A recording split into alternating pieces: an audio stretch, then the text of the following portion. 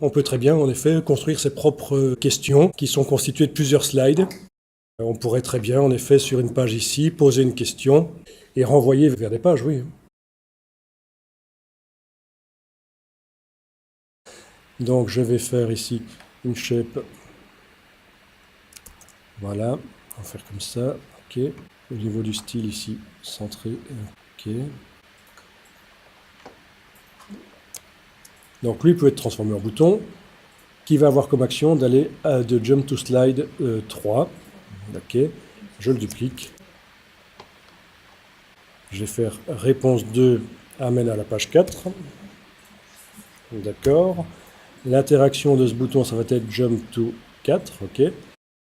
Sur la page 3, je vais indiquer bonne réponse. Ok. Et alors, sur la page 4, je vais indiquer mauvaise réponse. Passe à la révision. Là, je mets un bouton qui va indiquer aller à la révision. Le bouton va être action Jump to Slide 5. Ok. En page 5, c'est la révision. Je vais faire sur la page 5 un bouton qui va s'appeler Retour à la question. Et donc il va revenir en page 2, lui. Jump to Slide 2. Sur la page 2, les deux questions. La question 1 m'amène à la page 3 qui dit que c'est une bonne réponse. Là-dessus, je dois mettre un bouton qui va permettre à l'utilisateur de continuer le cours. Ça va aller à la page 6. Jump to page 6, qui est la suite du cours. Sinon, s'il répond la mauvaise réponse, ça l'amène à la page 4 qui dit mauvaise réponse, passe à la révision. Et là, il y a un bouton qui lui dit de passer à la page 5 qui s'appelle révision, mais les numéros de page, il ne les voit pas lui.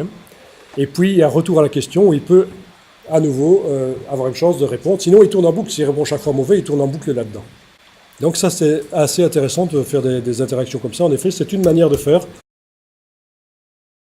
Et alors vous avez, dans ce cas-là, quelque chose, c'est la Branching View, qui vous permet de voir le trajet dans les pages, en fait. Branching View.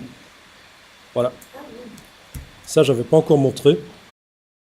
Je vous dis tout de suite, si vous avez un projet avec beaucoup de pages, ça va être très lent.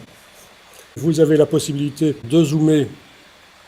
Et là, vous avez un navigateur qui vous permet de passer, mais malgré tout, quand il y a des dizaines de pages, c'est super lent.